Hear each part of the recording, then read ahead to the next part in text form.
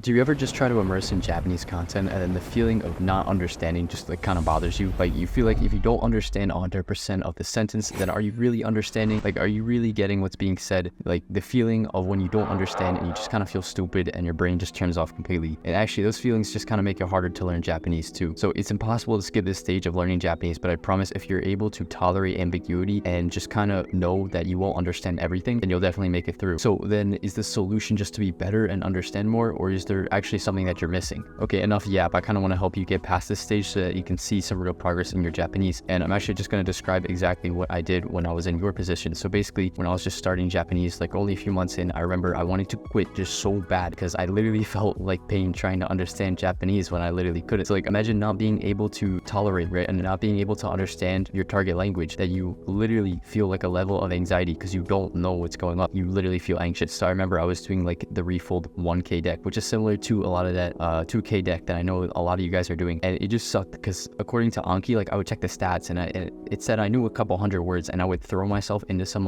native media like anime, right? And I just had no idea what I was watching. Like I had no idea what was going on. And imagine like grinding Anki for hours, which you know is like kind of bad and you should be doing the immersion, and it won't really get you anywhere because you're not actually doing anything with Japanese. And then you're just sat there wondering like, huh, why can't I understand anything? And then you just kind of feel like a little depressed in the end. So I remember a lot of days at the beginning just feeling like, oh, this language is impossible. Like, oh, I can't understand 100%. This sucks. And it always just had me like demotivated for a while. And it kind of made it more difficult for me because sometimes like some days I honestly just thought it was a problem with me. Like I couldn't learn the language or something, when in reality, I just sucked at tolerating ambiguity and I just could not accept that. So I didn't realize that you're not really supposed to understand stuff. So if you're just starting and you only know max about 1,000 words, it's not like you can just sit down and watch Jujutsu Kaisen unsubbed and then just understand most of it. Traditional language learning through textbooks and classes basically just wants you to be perfect. Like you always have to have that perfect English translation. You have to have 100% certainty that the thing that you're seeing on the screen in Japanese is exactly what you think it is in English, with the translation and the grammar and everything. And because of that whole mentality, you tend to just stick to native media that's made for learners, and then you never actually go out of your way to try something new or difficult in Japanese, right? Your perfectionism just makes it harder for you to learn because you're not actually giving yourself the chance to shut up, lock in, and just absorb what you're hearing and you're seeing. So you gotta understand that there's no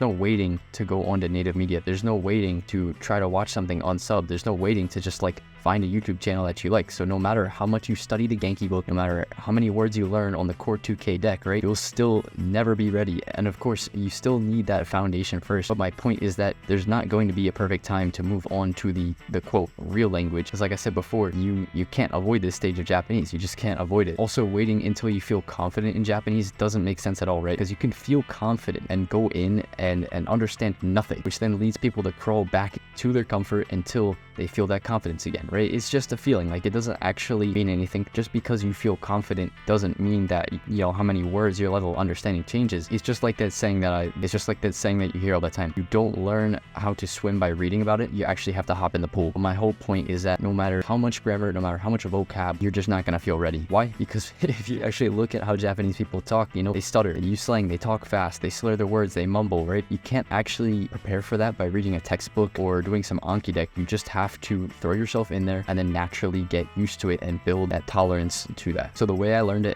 accept ambiguity and just not understand is as follows. And if you can relate to how I felt before, then tolerating ambiguity is just going to change how you study Japanese. But all I ask for you, if you're watching this video, is that you hear what I have to say first, then you actually try it, even if it seems kind of below you, because you already know how to get used to not understanding, then you wouldn't be watching this video. So I promise if you watch this for a while, then you will see the change. And the first thing that you can do is you can change the attitude that you won't get it, right? The feeling that you'll just never understand. So trust me, you will eventually get there, and just know that it's completely okay and natural to just not understand anything for a while. And like I said twice already, it's literally part of the process. There's no way around it. You just have to accept that you're just not going to understand. So the second thing is just stop looking up every single word, especially in English. So imagine you're watching a show or something, and then there's just so many unknown words. You just keep seeing all these new words and you just feel like so tempted to look them up because surely they're there for a reason, right? The author of whatever show, manga they're trying to convey something to you, and there's all these words, you gotta know what it means. But please don't do that. Just resist on doing that. And as a rule of thumb, try to only do lookups once every 2 to 3 minutes, because the problem is you're not giving yourself a chance to just absorb the language and get a lot of the context in. Also, you're gonna naturally know which words to look up if you wait too, because if you keep seeing these words over and over, like you might recognize like a kanji that keeps popping up, that's eventually the one that you will want to look up. So it's not like you need to just set like a 2 to 3 minute timer or something, but you just kind of roughly know like